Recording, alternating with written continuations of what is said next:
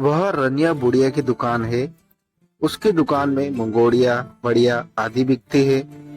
वह उन वस्तुओं की गुणवत्ता बहुत अच्छी होती है, जितनी साफ सुथरी उतनी ही स्वादिष्ट भी। इन वस्तुओं के शौकीन लोग इन्हें खरीदने के लिए दूर दूर से आते हैं। ये सामान महंगे तो होते हैं, पर शौकीन लोग तो गुणवत्ता देखते हैं, दाम नहीं। वही बुढ़िया न जो गाली गलौज बकती है रहती है। हाँ वही, मगर अब वह गाली नहीं देती। अब तो उसके मुंह से शहद टपकता है। वह बुढ़िया माथुर ठाकुर की पत्नी है। माथुर बड़ई जाति का है। पिता की एकमात्र संतान, प्यारा बेटा। उससे अपने पिता से इस पेशे की कला सीख ली है। उस इलाके के लोगों में कोच पलंग की वही बनाता है। उसकी अच्छी आमदनी थी। माथुर की शादी जितरवारपुर गांव में हुई थी। पत्नी आई उसके नहर में। उसका नाम रानी था। सास ससुर भी उसे प्यार से रानी कहने पर बुलाते थे। जब परिवार बड़ा, बेटे को बहू आई तो रनिया बुढ़िया कहाँ जाने लगा। रानी के बाद शुरुआती दौर में उसे जितना सुख मिला, उसके बाद उतना ही दुख मिला। जब रानी के सास ससुर की मृत्यु हुई तो वह सचमुच ही रानी बन गई। माथुर की आमदनी अच्छी खासी थी। उसी कमाई पर रानी महारानी बन राज कर रही थी। अपने शौक मनोरथ तो पूरे कर रही थी, मगर टोल मोहल्ले कोई भी व्यक्ति ऐसा नहीं था जिसकी जरूरत उसे पूरी न की हो। मगर बाद में रनिया की एकमात्र संतान उसका बेटा था। वह भी कारीगर था, मगर उसकी पत्नी बहुत दुष्ट थी। उसने घर में कदम रखने के कुछ दिनों के अंदर ही सास ससुर को अलग कर दिया। पहले तो बेटा माथुर ठाकुर के साथ काम दाम करता था।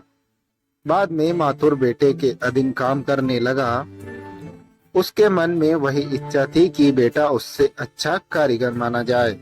ऐसा हुआ भी। माथुर ठाकुर के बेटे बेचैन ठाकुर की अच्छी कारीगरी में गिनती होने लगी। अब इलाके के लोग काम करने के लिए उसे पूछते बुलाते, मगर माथुर अपने बेटा बेचैन ठाकुर के अधीन काम करता। कुछ दिन तो ठीक ठाक चला, पर बाद में वह बात नहीं रही। बात यह थी कि माथुर ठाकुर सभी कामों में बेटे को आगे करते करते इस हालत में आ गया कि बेचैन बहुत आगे हो गया और माथुर पीछे रह गया। अब काम कराने वाले बेचैन को ही पूछते थे, उसी से बात करते। माथुर और बेचैन साथ साथ काम करते थे, मगर पैसे बेचैन के पास ही आते। माथुर मुंह ताकता रह जाता और बेचैन अकेले ही सारा पैसा रख लेता। जब कुछ दिन इस तरह बीते तो रनिया ने पति को टोका, यह क्या बात हुई? खटो तुम भी और पैसे अकेले वह रख ले, तो क्या करूं? क्यों? मांगो। कैसे मांगू? बेटा है ना, अजीब सा लगता है। तो क्या हम भूखे मरे और वे ऐश करे? तो तुम ही क्यों नहीं मांग लेती? काम करो तुम और मांगू मैं। इस मुद्दे पर दोनों प्राणियों में रोज किचकिच होती रहती, मगर दोनों से कोई भी बेटे से पैसा नहीं मांगता। पर अब अनाज सब्जी की किल्लत होने लगी। रनिया पति को समझाते समझाते थक गई कि अकेले ही काम किया करो। माथुर कहता, कैसे छोड़ दूं? बेचैन अभी भी काम के कई पहलू नहीं समझता है। रनिया उसे समझा बुझा कर थक गई, पर सब बेकार। अब वह लोगों के खेत पतान में काम करने लगी। रनिया काम करते आती तब दाना पानी की व्यवस्था होती थी। रनिया की कमाई से दोनों प्राणियों की गुजर होती थी। ऐसी हालत में जब रनिया बहू को इतराते घूमते देखती तो पति पर उसका गुस्सा बढ़ जाता। आगे चलकर उसके गुस्से ने स्थायी रूप ले लिया और अब वह पति को गाली देने लगी। यह गाली गलौज कई बार प्रचंड रूप धारण कर लेती। मधुर भाषिणी रनिया गाली गलौज करने वाली हो गई।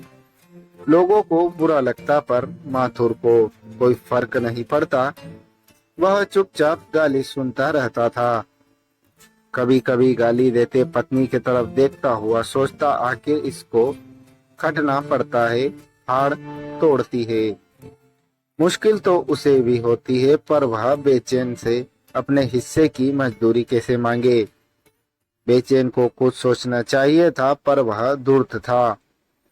शातिर उसकी माँ लोगों के खेत में काम करती थी, मगर उसे माँ पर दया नहीं आती थी। वह कैसे निष्प्रह हो जाए। जब तक जान रहेगी वह उसके नीचे ही खटता रहेगा। समय बीतता गया। रनिया दिन पर दिन विकराल रूप धरती गई, मगर स्थिति में कोई अंतर नहीं आया। एक दिन की घटना, शाम का समय था। माथुर के बेटे साथ काम करके लौट पैर हाथ धोकर बरामदे में जा रहा था कि अचानक गिर पड़ा। धड़ाम की आवाज सुनते ही वह दौड़ पड़ी। देखा पति बेहोश हो पड़ा था और लोग भी दौड़े। सबने उठाकर उसे कमरे में लाकर बिस्तर पर लिटा दिया। डॉक्टर को बुलाया गया। डॉक्टर ने उसकी जांच की और बताया उसे लकवा मार गया है। इसे तुरंत लहरियासराय अस्पताल ले जाए। सभी लोग बेचैन की ओर देखने लगे। वह बोला, जैसी माई की इच्छा। बेचैन की बात सुनकर रनिया तो जल भुन गई, पर बोली कुछ नहीं। रनिया ने 15 दिनों तक पति का लहसियाराय के ज्योति अस्पताल में इलाज करवाया। उसके गहने तक भी बिक गए थे। बेचैन कभी कभी जाता, बस खाना पूरी के लिए। माथुर का पूरा शरीर निश्चेष्ट हो चुका था, मगर वह थोड़ा थोड़ा बोलता था। एक दिन उसने पत्नी से पूछा, रनिया, तुमने पिछले जन्म में मेरा कोई कर्ज खाया था? इतनी सी बात भी वह किसी तरह बोल पाया था। पति की यह बात सुन उसे लगा जैसे उसके मर्म पर गहरी चोट लगी हो। उसे अपने ससुर की याद आई। वे भी अपनी अंतिम घड़ी में इसी तरह के माया अनुराग वाली बात बोलने लगे थे। वह विचलित हो गई। वह रोने लगी। उसे अपने पति से अद्भुत प्रेम था। पति को कभी खाने पीने की दिक्कत ना हो, इसलिए अपनी देह की कोई परवाह नहीं की। इसलिए तो वह दूसरों के खेतों घरों में काम करती रही। उसके दुख का कारण था बेटे की उल्लंघना, उसका स्वार्थी व्यवहार, बेटे के प्रति क्रोध व पति पर उबारती। धीरे धीरे उसके मीठे बोले विषैले हो गए।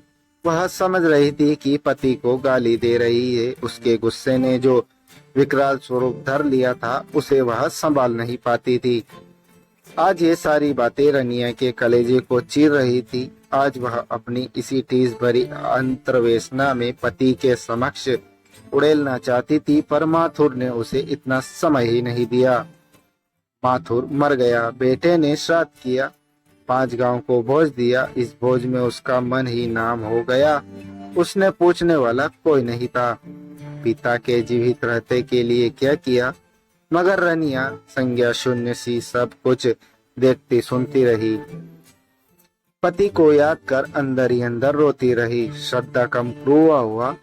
रनिया तो पहले ही बेटा बहू से अलग थी, अलग ही रही।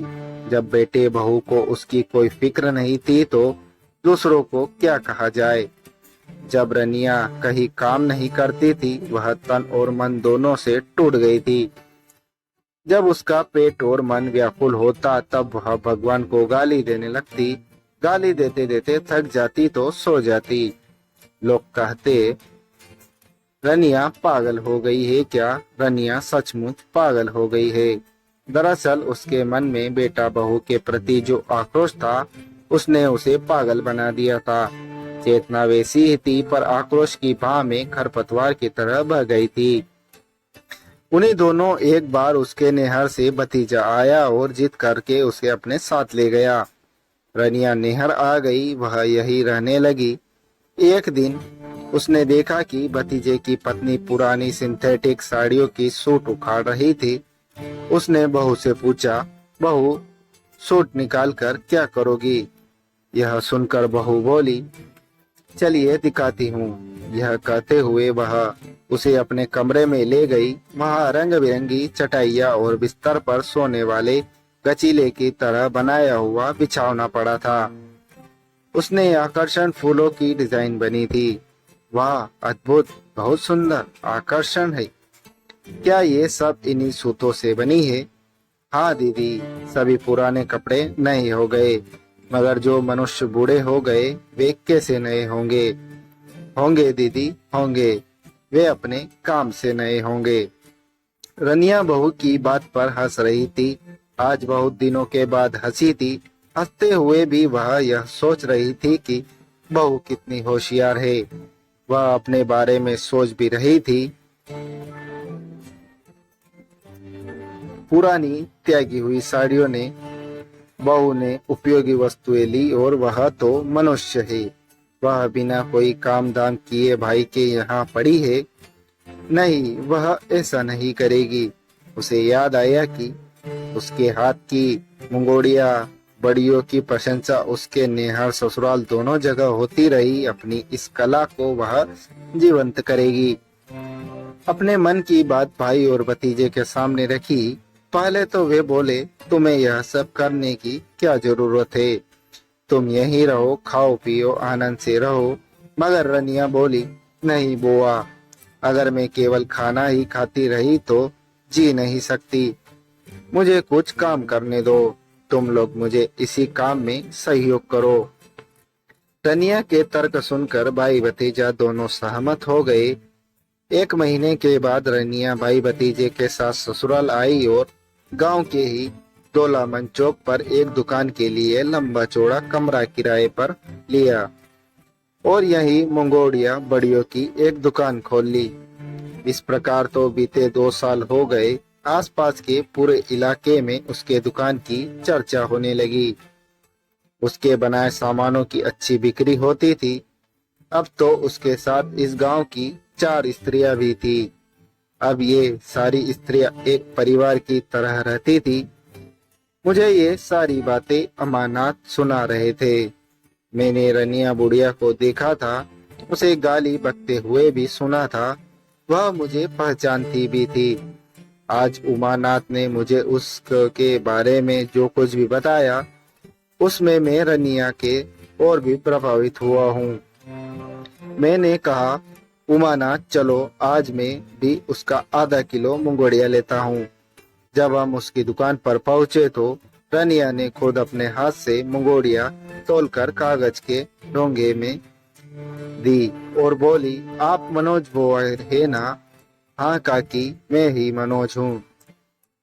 कब आए? परसों।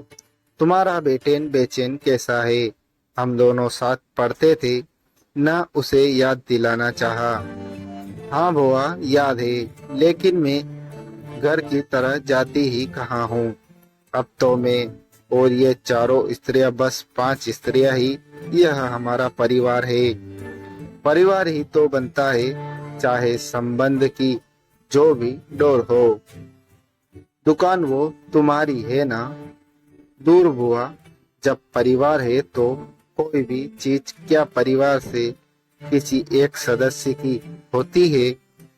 मैं अवाक हो रनिया के मुंह की ओर देखने लगा। मन में विचार उठा कि ऐसे समय मनुष्य तो मनुष्य के है, पर परिवार अपना नया स्वरूप ग्रहण कर रहा है। वह भी पूरी संवेदना के साथ, पूरी शिद्दत के साथ।